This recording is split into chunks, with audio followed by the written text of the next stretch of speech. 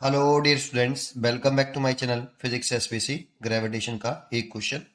To satellite S1 S2 are revolving in circular orbits around the planet with radius R1 is radius of circular orbits है 3200 kilometre and R2 800 kilometre respectively.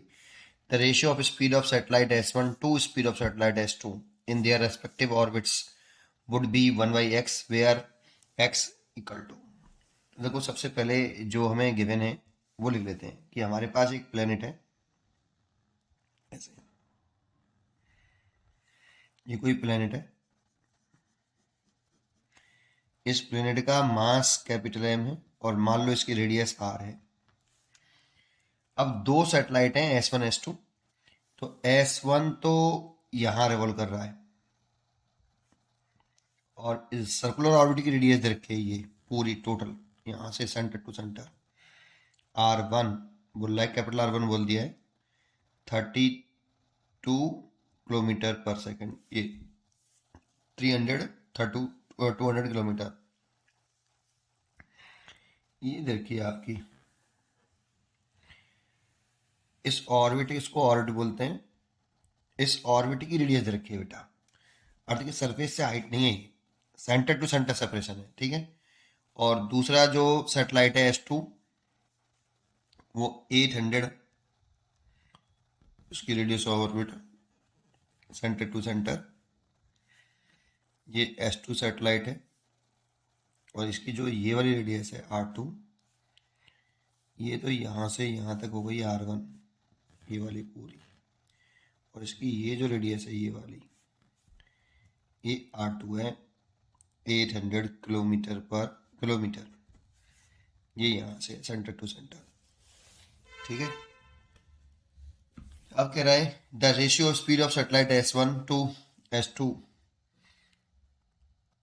S1 की speed V1 है और इसकी V2 है, और V1 V2 का जो ratio है ये 1/x है, ये गिवन है।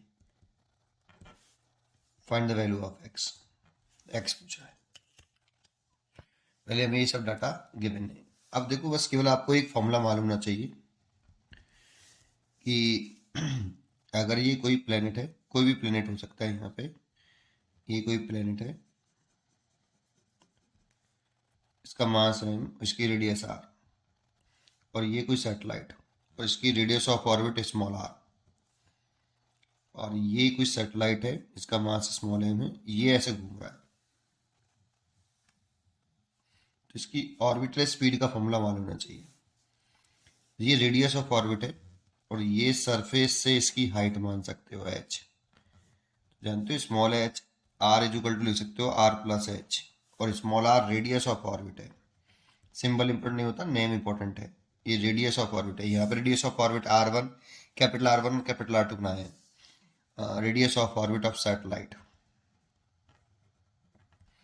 तो ये ऑर्बिटल स्पीड ऑफ सैटेलाइट का जो फॉर्मूला होता है वो रूट के अंदर G कैपिटल M आता है बेटा।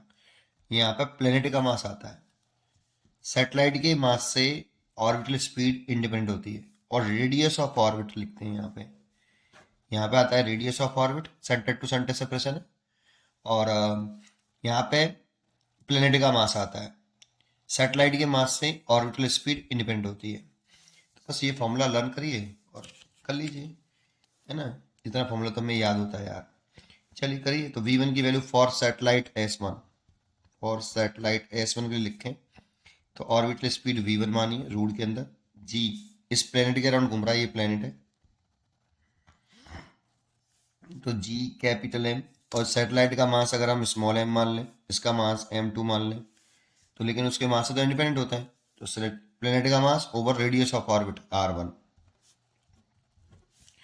और for satellite S2 V2 is equal to root के अंदर G प्लेनेट का मास और रेडियस ऑफ ऑर्बिट, और दोनों का रेशियो दे रखा है तो फर्स्ट डिवाइड बाई सेकंड, तो V1 अपॉन V2 करेंगे तो देखो दोनों का अगर डिवाइड कर दें तो GM से GM कट जाएगा, R2 ऊपर जाएगा तो रूट के अंदर R2 अपॉन R1, और ये हमें क्वेश्चन में गिवन है 1/x। और रूट के अंदर R2 की वैल्यू 800 है और R1 की वैल्यू 3200 किलोमीटर है। दोनों किलोमीटर में, तो किलोमीटर से किलोमीटर कट जाएगा, 0 से 0 कट गया, ये 8 से 4 बार कट गया, तो 1/x इज इक्वल टू 1/2, तो x इज इक्वल टू 2, इसलिए यहाँ पे x की वैल्यू 2 होगी। पढ़ते रहिए और खुश रहिए। इजी क्वेश्चन था।